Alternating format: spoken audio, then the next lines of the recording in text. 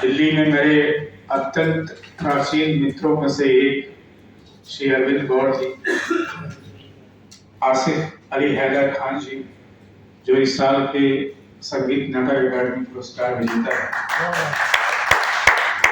रुपेश जैन जी जो दिल्ली के अत्यंत वरिष्ठ रंगकर्मी, नाटककार, फिल्मकार हैं, और संदीप रावत जी जो बहुत अच्छे रंग निर्देशक और लेखक हैं, इरशाद सिकंदर जी जो खुद भी बहुत अच्छे नाटककार हैं। और देखिए,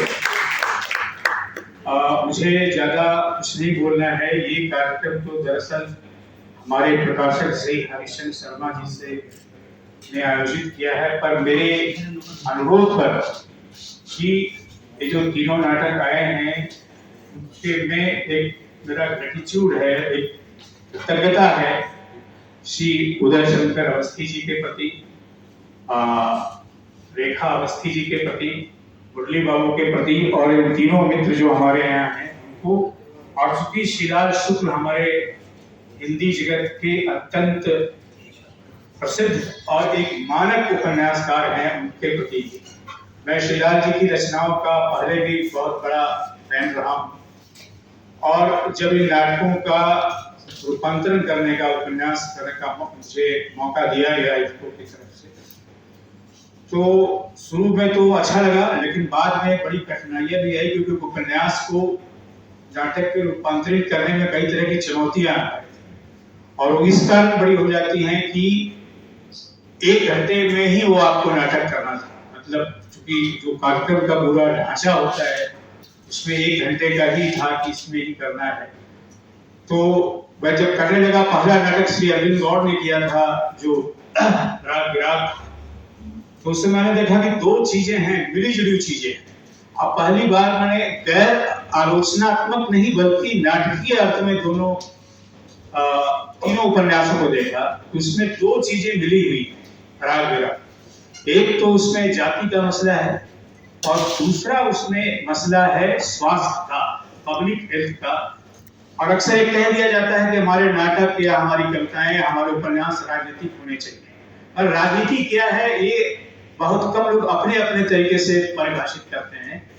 दरअसल राजनीति का एक जब व्यापक अर्थ दिया जाता है वो पार्टियों के साथ या आंदोलनों के साथ आपकी सहभागिता से लिया जाता है।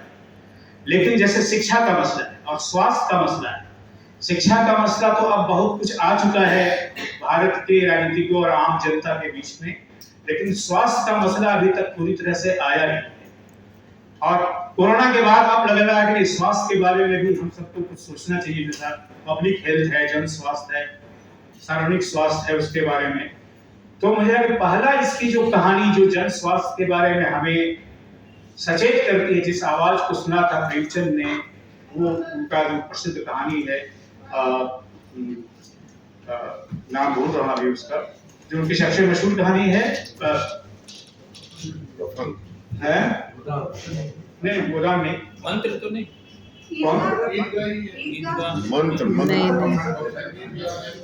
मंत्र कफन से बताइए, मंत्र या कफन हमसे बता दीजिए क्या कहानी है। चलिए मैं आगे बढ़ता हूँ, उसको याद आ जाएगा।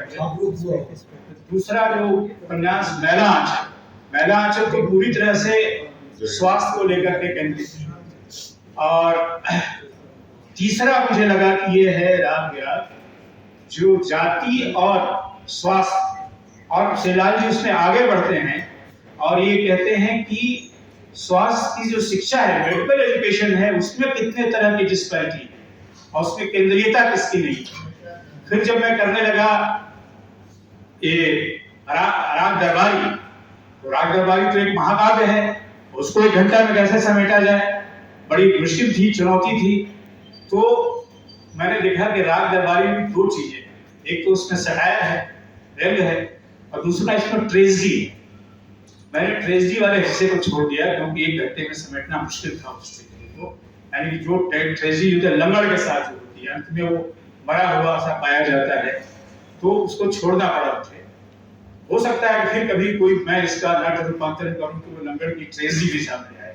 तो ये राग दरबारी का आधा हिस्सा है, इसीलिए इसका नाम कथा शिल्पगंज के रखा गया, राग दरबारी नहीं रखा गया। और तीसरा जो किया था लोकेश जैन ने, अज्ञातवास, उसमें भी 2 थीम मिले हुए, एक तो उसमें बहुत पावरफुल पैट्रियार्की है, दूसरे कैसे हमारा जो नागर समाज है फोक एलिमेंट को कैसे बाहर कर देता है अपने उससे, सिर्फ उसको अपने मनोरंजन की चीज मानता है। और मुझे इस बात का बड़ी खुशी है कि तीनों निर्देशकों ने जो मेरी संकल्पना थी उसको मंच पर बहुत ही अच्छी तरीके से उद्घाटित किया। ये बड़ी खुशी की बात है और मैं फिर से इसके लिए इन जो नाटक मंचित हुए उन तीनों निर्देशकों के साथ इसको और श्री उदय शंकर अवस्थी जी को धन्यवाद देता हूँ। Thank you.